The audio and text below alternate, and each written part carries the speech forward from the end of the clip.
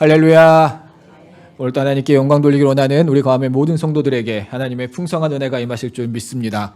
제가 수요 예배 자리에 굉장히 오랜만에 나왔습니다. 우리 백필원 전도사님이 아직도 예비군 훈련을 받아야 된대요. 예. 동원 예비군 훈련으로 제가 오늘 대신 설교 말씀을 전하려고 나왔습니다. 그런데 설교 말씀을 전하려고 보니까요, 우리 금요기도회에 오신 분들한테 정말 죄송하게도 금요기도회 때 제가 했던 말씀이 그대로 나왔습니다. 이 말씀을 보면서 저는 근데 이렇게 생각을 했습니다. 하나님께서 아직 이 말씀으로 주실 은혜의 조각이 남아있구나. 그러니까 나한테 또 이 말씀을 전하라고 하셨구나. 이 믿음으로 이 말씀을 들으시길 바랍니다. 우리가 은혜라는 것은 새로운 곳에서 발견하는 것이 아니라 익숙한 그곳에서 은혜를 발견하게 될 줄 믿습니다. 오늘 본문에서 베드로는 지금 상황이 어떤 상황이냐면 인생의 가장 처참한 실패를 경험한 상황입니다. 베드로는 누구보다 주님을 따르겠다라고 했습니다. 다른 모든 사람들이 주를 버린다 할지라도 나는 결코 그러지 않을 것입니다. 나는 목숨을 내놓고 주님을 따르겠노라라고 그렇게 호언장담했습니다. 그러나 베드로는 예수님이 잡히시는 날 밤 그 호언장담과는 다르게 예수님을 3번이나 부인하였고 심지어 저주하기까지 하였습니다. 베드로가 왜 그랬을까요? 저는 사실 인간적으로 베드로의 마음이 이해가 됩니다. 우리야 성경에서 예수님께서 부활하실 것을 분명하게 알고 있고, 우리야 주님께서 우리에게 약속하신 하나님의 나라를 분명하게 알고 있기 때문에 목이 칼이 들어와 예수를 믿겠다라는 신앙이 우리들 사이에 나올 수가 있습니다. 그런데 이 베드로는 지금까지 예수님을 어떤 존재라고 생각하였습니까? 예수님이 잡히시기 전까지도 예수님께서는 이 이스라엘을 일으키실 왕으로 생각했습니다. 전통적인 메시아상, 무력으로 로마를 승리하게 될 그 예수님을 상상했던 것입니다. 그런데 예수님께서 잡히실 때 어떻게 되셨습니까? 칼 한 번 뽑지 않았습니다. 능력 한 번 행하지 않았습니다. 제자들의 생각 속에는 그런 게 있을 겁니다. 예수님께서 가시면은 지금까지 보여주셨던 놀라운 기적이 있으니까 천군 천사가 저자들을 다 때려잡을 거야. 아니면은 많은 사람들이 함께 모여가지고 우리가 혁명을 일으켜 승리하게 될 거야. 등등의 수많은 상상들을 가지고 있었을 것입니다. 그런데 주님께서 힘없이 잡히시는 그 모습을 보고 그들이 생각했던 상상이 깨지고 그들이 생각했던 자아가 깨졌습니다. 그들이 생각했던 모든 것들이 깨질 때 사람들은 어떻습니까? 내 생각과 다를 때, 내가 알지 못하는 일이 일어났을 때 그들은 두려움을 갖게 된다는 것입니다. 베드로도 이 두려움에서 자유롭지 못했다는 것입니다. 그의 생각이 깨지면서 그 두려움에 주님을 부인할 수밖에 없었다라는 것입니다.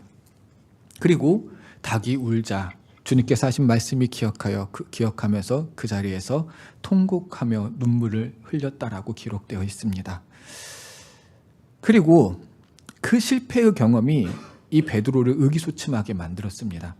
부활하신 예수님을 분명히 만났습니다. 오늘 우리가 읽은 말씀에서 보면은 예수님께서 제자들에게 나타나셔서 성령을 받아라 라고 말씀하셨습니다. 이제 너희가 성령을 받고 권능을 받을 것이다. 누가복음에서는 너희가 성령을 받을 그날까지 이 예루살렘에 머물러 있어라 라고 하였지만 베드로는 지금 뭘 하고 있습니까? 자기에게 익숙하였던 갈릴리로 갔습니다. 그의 실패의 경험이 이제 나는 제자로서 나아갈 수가 없어. 나는 예전의 삶으로 돌아갈 거야. 그를 퇴화시키게 만들었다는 것입니다. 그러나 그런 베드로에게 예수님은 찾아오십니다. 주님을 3번이나 부인하였고 저주하였고 또한 실패함으로 말미암아 자기 스스로 좌절하며 사명을 잊어버렸던 그 베드로에게 주님은 찾아오십니다. 그리고 오늘 말씀을 통하여서 그에게 새로운 힘을 주시는 은혜를 우리는 발견할 수 있습니다. 우리도 때로는 실패할 때가 있습니다. 우리도 때로는 좌절할 때가 있습니다. 넘어질 때가 있습니다. 그러나 그 실패가, 그 좌절이, 그 넘어짐이 우리의 끝은 아닙니다. 주님께서도 오늘 우리에게 찾아오실 것입니다. 그리고 주님께서도 그 은혜를 우리에게 주실 것입니다. 실패한 베드로에게 주셨던 은혜를 살펴보며 주님이 주실 은혜, 그 은혜를 우리가 생각해보는 시간을 가지려고 합니다. 실패한 베드로에게 주셨던 주님의 은혜, 첫째가 무엇입니까? 주님은 실패를 따뜻한 격려로 덮으셨습니다. 베드로는 제가 앞에서 이야기한 것처럼 처참히 실패했습니다. 주님 따르지 못했고 그 사명을 감당하지 못했습니다. 그리고 좌절하고 있습니다. 세상에서는 실패하면 대가를 치러야 됩니다. 사업에 실패하면은 집이 어마어마한 부자가 아니라면 그 대가를 뼈 아프게 치르게 됩니다. 회사에서 실수하면 어떻게 합니까? 시발서를 써야 됩니다. 시발서를 쓰는 거에서 끝나는 것이 아니라 그 문제가 큰 문제라면 내 인사 고과에 승진하는 데 문제가 생길 수 있습니다. 정말 큰 문제라면은 회사를 사퇴하고 나와야 될 수도 있습니다. 사실 이러한 실수하면은 처벌을 받고 실수하면은 그에 따르는 징계를 받는 것, 이것은 좀 당연한 이치입니다. 이 세상을 살아가는데 당연한 이치입니다. 왜냐하면 저도요, 어제도 그랬어요. 아이를 키우면은 전에 우리 부모 교육할 때 하지 말란 한 가지가 있었거든요. 너 왜 그랬어? 이 말 하지 말래요. 그런데 이 말 한 번도 안 해보신 분이 있나요?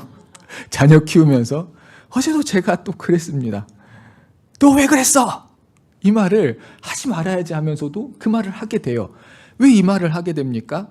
너 왜 그랬어를 물어봐야지 얘를 지금 용서를 해야 되나? 얘를 지금 혼내야 되나? 아니면은 서로 싸운 것이 있다라면은 중재를 해야 되나? 그것을 알아야 되는 거예요. 그리고 그 이야기를 따라서 그 이야기가 정말 이 아이가 잘못했으면 저는 요즘에 너 경고 1번이야, 경고 2번이야, 경고 3번이야 이렇게 하고 경고 3번이 딱 됐을 때 너 손 들고 서 있어. 이렇게 합니다. 잘못한 것이 있으면은 그 잘못에 따르는 징계를 받는 것이 세상에서는 당연한 이치입니다. 그런데 주님께서는 그렇게 하시지 않았다라는 겁니다. 너 왜 그랬어? 묻지 않습니다. 우리는 이유를 모르기 때문에 너 왜 그랬어를 묻지만 주님께서는 그의 마음을 다 아시는 것이죠. 이 땅 가운데 오셔서 사람의 연약함을 다 체험하고 있었기 때문에 베드로의 연약함도 알고 있기 때문에 그에게 묻지 않으셨다라는 것입니다. 그런데 베드로는 아무도 징계하지 않았어요. 예수님께서 너 왜 그랬어? 너 이제 너 내 제자 아니야 이렇게 징계하지 않았는데 스스로를 자책하고 징계하는 것입니다. 우리가 삶을 살아갈 때 큰 실수를 하면은요 스스로를 그렇게 징계할 때가 있어요. 나 같은 놈은 안 돼. 내가 뭘 할 수 있겠어? 다 내려놓자. 지금 베드로가 그 마음이라는 거예요. 내가 어떻게 복음을 전할 수 있겠나? 분명히 주님께서 찾아오셔서 성령을 받으라라고 하였는데 내가 어떻게 그 일을 감당할 수 있겠어?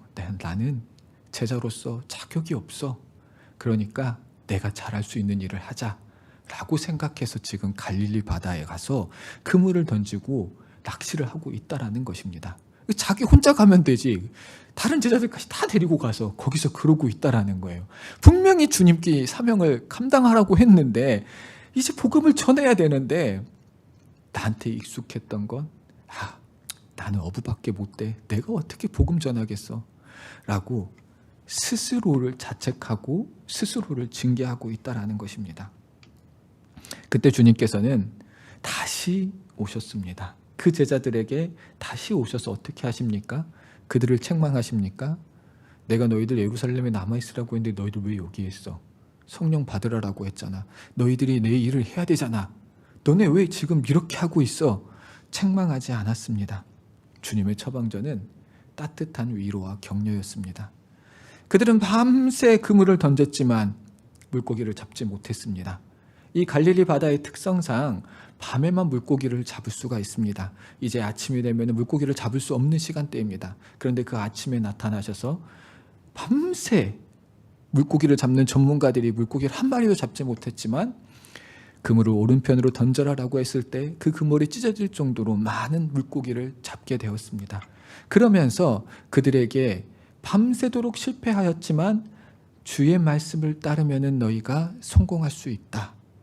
너희의 일이 완수될 수 있다라는 것을 알려주었습니다. 그들에게 다시금 주님의 말씀을 따라 살아갈 때에 큰 희망을 얻을 수 있다라는 희망을 주셨다라는 것입니다. 그리고 육지로 내려왔을 때도 주님께서는 그들에게 준비한 것이 그들을 향한 책망이 아니었습니다.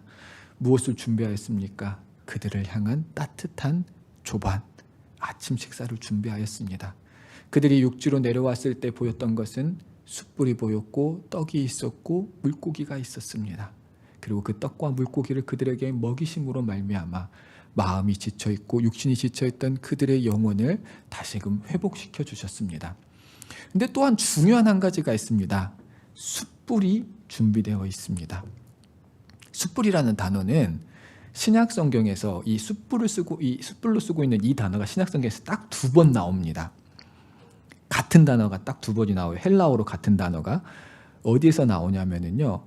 요한복음 18장 18절에서 베드로가 예수님이 잡히시던 날 밤 예수님께서 어떻게 되고자 하고 따라갔을 때 하인들이 불을 피워서 불을 쬐고 있을 때 베드로도 함께 쬐고 있었습니다. 그때 예수님을 부인하지요. 예수님을 부인했던 장소가 그 숯불 앞이었습니다. 그때 그 불을 숯불이라는 단어, 똑같은 단어를 사용하고 있습니다. 베드로에게 있어서 이 숯불은 어떤 겁니까? 그걸 볼 때마다 무엇이 생각날까요? 내가 예수 그리스도를 부인했다라는 잘못이 생각이 납니다. 그것이 그에게는 트라우마가 될 수 있습니다. 그 숯불은 그에게 뼈아픈 기억을 주는 것입니다. 그러나 주님께서는 이 숯불을 어떻게 바꾸십니까? 그 베드로에게 따뜻한 밥을 차려줌으로써 그의 아픈 기억을 지워버리는 게 아니라 그에게 사랑과 은혜를 덮어버림으로써 그가 새롭게 일어날 수 있는 힘을 주셨다라는 것입니다. 이것이 바로 우리 주님의 방식입니다. 우리는 수없이 넘어지고 주님 뜻대로 살지 못해 때로는 자책할 때가 있습니다. 세상의 기준으로는 너 왜 그랬어? 너 그것밖에 안 돼. 너 믿음의 사람이 왜 그래? 라고 우리를 책망하고 우리를 비난할 수 있습니다. 하지만 주님은 그 실패의 자리에 찾아와서 우리에게 숯불을 피워주시면서 오히려 우리의 영혼을 만져주시고 우리를 따뜻하게 격려해 주시고 우리를 먹여주시며 말씀하십니다. 수고했다. 이리 와서 함께 식사를 나누자. 이것이 바로 주님의 방식입니다. 이것이 바로 주님의 사랑이고 이것이 바로 주님의 은혜입니다. 제가 지난 금요 기도회 때 했던 설교의 핵심은 바로 여기에 있었습니다. 그 사랑과 은혜를 우리가 알았으니 우리 또한 그 사랑과 은혜로 성도들을 바라보시기를 바랍니다. 라고 그때 말씀을 드렸습니다. 주님의 사랑과 은혜를 우리가 그렇게 깨닫고 우리도 그 사랑과 은혜를 실천하기를 주님의 이름으로 기원합니다. 실패한 베드로에게 주님이 주신 은혜 둘째는요. 주님은 실력이 아니라 사랑을 물으십니다. 세상은 실력과 성과 위주의 사회입니다. 내가 뭔가를 하려면 나를 드러내야 될 스펙이 있어야 되고 나를 드러내야 될 능력이 있어야 됩니다. 내가 인정을 받아야 됩니다.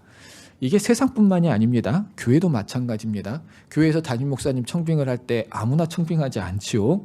교회가 크고 좋은 교회일수록 담임 목사님을 청빙을 하려면 깐깐하게 청빙을 합니다. 결격 사유가 있어서는 안 됩니다. 제가 예전에 이게 좀 진짜 뼈아픈 이야기인데요. 예전에 이런 이야기를 들은 적이 있어요. 어떤 목사님이 이제 그 교회에서 청빙을 하기 위해서 다 청빙위원들이 청빙을 해서 공동회의에 올렸어요. 근데 공동회의에 올렸는데 이 목사님한테 결격 사유가 있다고 사람들이 반대해서 공동회의가 무산이 됐대요. 그런데 그 결격 사유가 뭐였냐면요. 애가 셋이라서요. 그 얘기를 들으면서 제가 아유 저런 교회면 그 목사님이 안 가기를 잘했다. 저는 그 얘기를 듣고도 애를 셋을 낳습니다. 자, 이해는 갑니다. 아마 이제 애가 많은 목사님의 아이들을 키우다 보니 이제 아이들한테 장학금도 줘야 되고 학비도 해주고 막 그런 것들이 막 복잡하니까 그랬을 것 같기는 해요. 그렇지만 그게 결격 사유는 아니잖아요. 그리고 장로를 선출할 때도 마찬가지입니다. 장로를 선출할 때도 이 사람이 어떤 일을 하고 있는지, 이 교회에서 어떤 헌신을 해왔는지, 이 사람의 성품이 어떤지 그런 것도 우리는 깐깐하게 봅니다. 제가 전에 있던 교회에서 장로 선출을 하려고 선출을 했습니다. 근데 원래 우리 헌법에서는 3분의 2가 동의를 해야 됩니다. 3분의 2를 받는다라는 건 정말 쉽지 않아요. 1차에서 되신 분들은 정말 이건 하나님의 은혜가 아니면 될 수 없는 분들이에요. 그래서 그 교회에서도 1차에서는 아무도 되지 못했어요. 그런데 3분의 2에 근접하신 분이 한 분이 있었습니다. 그래서 그때 2분의 장로님을 뽑아야 되는데 4분의 후보, 과반수를 넘었던 4분의 후보를 2차 투표에 올렸습니다. 3분의 2에 근접하신 분, 1위를 했던 이분은 당연히 장로로 선출이 되겠죠. 4명을 뽑는데 2명을 찍는 거니까요. 당연히 될 거라고 예상이 됐습니다. 그런데 2차 투표를 기다리면서 그 교회는 이 짧은 시간을 못 기다려가지고 이렇게 성도들한테 떡을 이렇게 나눠주고 있었어요. 근데 이 떡을 나눠주는데 뭘 하다가 그 1위였던 후보가 자기 부인이 뭐가 마음에 안 들었나 봐요. 에이, 그렇게 하면 안 되지! 이 큰 소리를 한번 냈어요.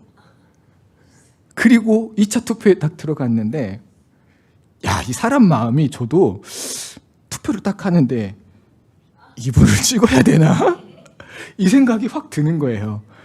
아, 이렇게 성도들이 다 있는 데서 부인한테 소리 지르는 이분을 찍어야 되나? 이런 생각이 드는 거예요. 그런데 제가 그래도 이분이 지금까지 해왔던 헌신이 있는데 찍어야지 하고 찍었어요. 그 제가 개표원이기 때문에 개표를 딱 해봤는데 세상에 제가 안 찍었으면 떨어졌어요. 딱 한 표 차이로 장로가 되었다라는 거죠. 세상 사람들은 그런 작은 것 하나도 결격 사유로 본다라는 거죠. 목회자인 저도 마찬가지였다라는 것입니다. 그런 작은 것 하나만으로 결격 사유로 봅니다. 베드로는 그 정도 결격 사유가 아니에요. 예수님이 내가 십자가에 못 박혀야겠노라라고 그 말을 했을 때 예수님을 붙들고 항변을 했던 사람입니다. 예수님을 부인한 것에서 끝나는 것이 아니라 예수님을 저주하기까지 했습니다. 사명을 다시 주었음에도 불구하고 그 사명대로 나아가지 못했습니다. 그게 베드로의 모습입니다. 만약 이 베드로를 우리 교회 담임 목사로 청빙하고자 한다면 절대 청빙이 안 될 겁니다. 소리를 지르는 정도가 아니거든요. 이거는 예수님을 완전히 부인하고 자기 마음대로 살아가려고 했던 것입니다. 그런데 주님께서는 베드로가 했던 그 실패에 집중하지 않습니다. 베드로의 능력에 집중하지 않습니다. 다시 베드로에게 사명을 주실 때 주님께서는 뭐라고 하십니까? 내가 나를 사랑하느냐? 내가 나를 사랑하느냐? 내가 나를 사랑하느냐? 이거를 3번 물으시는 겁니다. 왜 3번을 물으셨을까요? 지금 이 베드로의 마음을 잘 알기 때문이에요. 주님을 3번이나 부인하면서 완전히 주님에 대해서 부인하였던 베드로였기 때문에 그의 마음을 다시 온전히 회복시키기 위해서 다시금 그에게 남아있는 사랑의 마음을 확인하는 겁니다. 네가 나를 사랑하느냐? 네가 나를 사랑하느냐? 네가 나를 사랑하느냐?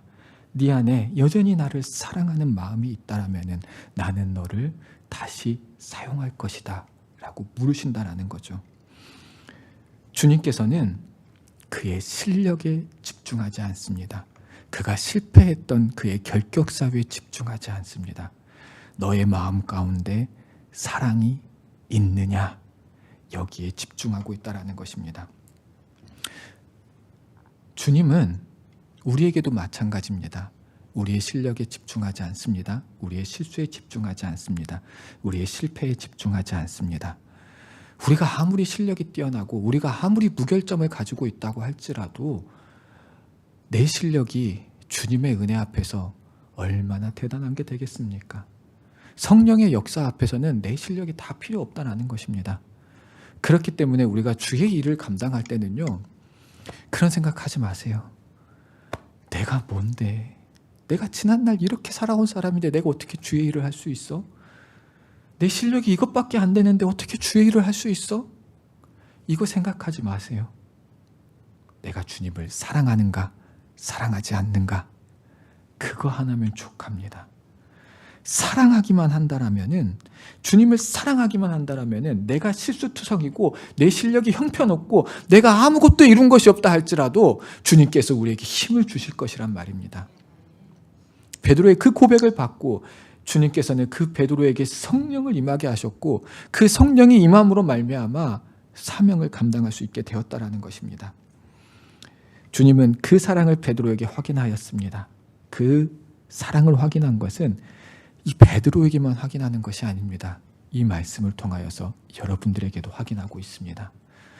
네가 나를 사랑하느냐? 네가 나를 사랑하느냐? 네가 나를 사랑하느냐? 그 사랑으로 베드로를 일으켜 세웠습니다. 또한 주님을 사랑하는 모든 성도들을 하나님께서는 다시금 일으켜 세워줄 줄 믿습니다. 그 놀라운 은혜가 우리에게도 임하기를 축원합니다. 실패한 베드로에게 주신 주님의 은혜 셋째는요, 주님은 사랑하는 자에게 사명을 주십니다. 주님은 베드로의 사랑 고백을 들으실 때마다 한결같이 하신 말씀이 있습니다. 그 뒤에 뭐라고 하십니까?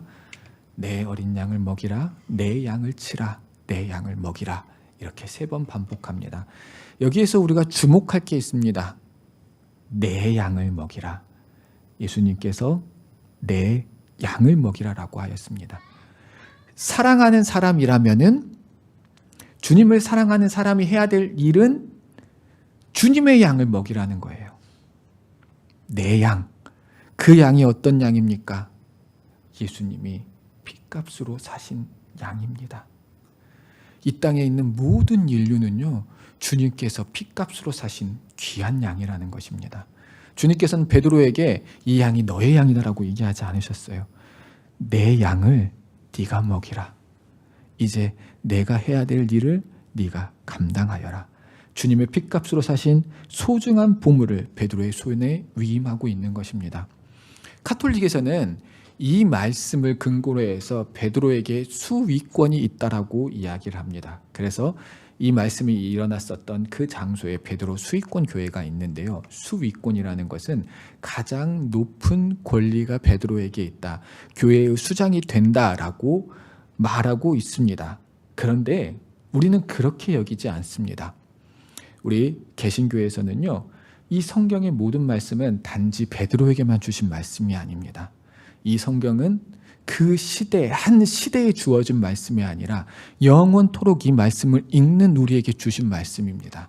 그래서 내 어린 양을 먹이라, 내 양을 치라, 내 양을 먹이라, 이 말은 베드로에게 하신 말씀이 아니라 지금 성경을 읽고 있는, 지금 이 자리에 말씀을 듣고 있는 여러분에게 주신 말씀이라는 것입니다. 그렇기 때문에 이 말씀이 얼마나 두렵고 떨리는 말씀입니까?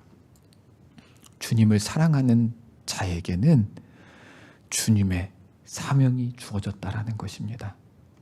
주님께서 그 핏값으로 사신 그 귀중한 보물인 주님의 양이 사랑하는 자들에게 맡겨졌다라는 거예요.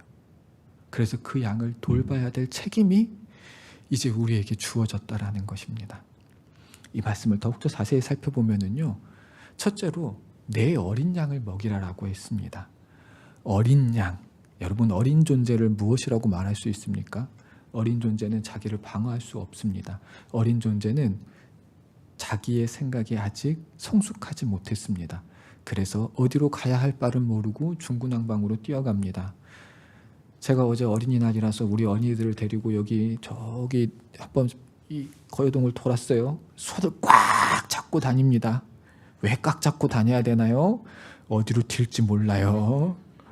잠깐 놓는 사이에 후다닥 튀어가고 찻길로 튀어나고 하는 것이 어린 양입니다. 그 어린 양을 먹이라는 거예요. 연약한 성도들, 내 주변에 실패하고 좌절했고 어긋난 길로 가고 있는 성도들을 먹이라는 것입니다. 그리고 그 어린 양은 성도들만을 의미하는 것이 아니에요. 우리 주변에 있는 연약한 이웃들, 도움이 필요한 손길들, 그 손길들을 먹이라는 거예요. 어떤 사람들에게 먹이라는 것입니까? 나를 사랑하느냐라는 고백에 응답할 수 있는 사람들이라는 거죠. 이곳에 있는 우리 모두들은 주님을 사랑한다라는 고백을 하는 성도들임을 믿습니다. 그리고 우리가 주님을 사랑한다라는 고백을 한다라면은 주님의 어린 양을 먹여야 됩니다. 실패하고 좌절한 성도가 있다라면은 그 성도들에 찾아가서 힘을 주셔야 됩니다. 주님의 사랑을 주셔야 됩니다. 그리고 실제로도 밥을 사주면서 먹이시기 바랍니다.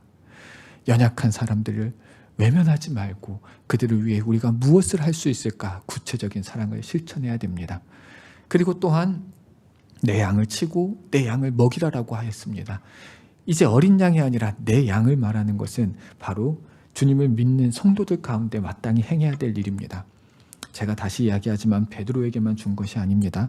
목회자만 성도들을 올바른 길로 인도하고 성도들에게 복음을 먹이는 역할을 하는 것이 아닙니다. 주님을 사랑하는 모든 성도들이 내 옆에 성도들을 올바른 길로 인도해야 됩니다. 잘못한 것이 있다라면 그들을 권면해야 됩니다. 하나님의 말씀대로 살아갈 수 있도록 그들에게 사랑으로 그들을 인도해 주어야 되는 것입니다. 또한 그 영혼이 배고파한다라면, 그 영혼이 아직 주님의 말씀으로 채워져 있지 않다라면 주님의 사랑으로 채우고 주님의 말씀으로 채우는 일들을 누가 해야 되는 것입니까? 주님을 사랑한다라는 고백을 갖고 있는 우리가 해야 되는 것입니다. 이것은 선택이 아니라 주님을 사랑하는 자들이 가질 거룩한 의무입니다. 중요한 것은 내 양을 먹이라는 것은 그 먹이라는 명령에서 끝난 것이 아닙니다. 주님을 사랑하는 베드로에게 주님께서 충격적인 예언을 합니다. 젊어서는 내가 원하는 대로 다녔지만 이제는 나를 따르는 삶을 살게 될 것이다. 이 베드로가 어떻게 죽어서 하나님께 영광을 돌리게 될지에 대해서 말하면서 이제는 나를 따르라 라고 하였다라는 것입니다. 주님을 사랑한다라면 주님의 양을 먹이고 이제는 내가 내 삶의 주인이 되어서는 안 된다라는 것입니다. 내 마음대로 따르던 그 삶을 다 버리고 이제는 주님을 따르는 삶을 살아가게 되는 것입니다. 여러분, 그런데 그게 사랑 아닙니까? 사랑하면 그렇게 되죠. 좀 제 아내가 앉아있어서 좀 말하기가 그런데, 제 아내가 교인들이 다 신기해한대요. 왜 신기해하냐면은 저희 아내가 약간 순진해서 계속 부모님들하고만 이렇게 살았어요. 그래서 교인들이 다 그 생각을 했대요. 이제 모교의 교인들이 아우, 제가 어떻게 엄마 떠나서 살 수 있을까? 라는데 저랑 사는 거를 보고 너무나 신기하대요. 그리고 엄마 집에 찾아올 생각도 안 하는 게 너무나 신기하대요. 왜요? 사랑하니까 따르게 되는 거죠. 우리 담임 목사님도 그 말 하지 않으셨습니까? 내가 담임 목사님이 이제 잘 다니는 기업체에서 신학을 하자고 할 때 사모님이 그렇게 말했다고 하지 않습니까? 당신은 주님을 따라가고 나는 당신을 따라가겠습니다. 이 말씀 하셨다고 하지 않았습니까? 세상에서도 사랑하면 다 따르게 되는데 우리가 주님을 사랑한다라는 고백을 한다라면 당연히 주님을 따라야 되는 것입니다. 그 따름이 우리에게 있기를 원합니다. 이제는 내 삶에 내가 주인 되는 것이 아니라 내 삶에 우리 예수 그리스도가 주인 된 삶을 살아가시길 바랍니다. 그 길이 때로는 힘든 길이 될 수 있습니다. 그러나 우리는 분명히 아는 것이 있습니다. 이 땅에서는 그게 십자가의 고난의 길이지만 우리는 주님을 따름으로 주님의 부활하심에 연합하게 됨으로 말미암아 놀라운 하늘의 상급이 있다라는 것을 믿으시기 바랍니다. 베드로는 실패의 자리에 머물러 있지 않았습니다. 왜냐하면 주님께서 그 실패의 자리에 찾아오셔서 숯불로 따뜻하게 그를 녹여주셨습니다. 그의 실력이 아닌 사랑을 물으셨고 마침내 주님의 소중한 양을 맡겼습니다. 오늘 우리도 베드로처럼 고백하시길 바랍니다. 내가 주님을 사랑하나이다. 그 사랑의 고백이 여러분의 가정과 여러분의 삶의 자리 그리고 이웃을 살리는 사명의 발걸음이 될 줄 믿습니다.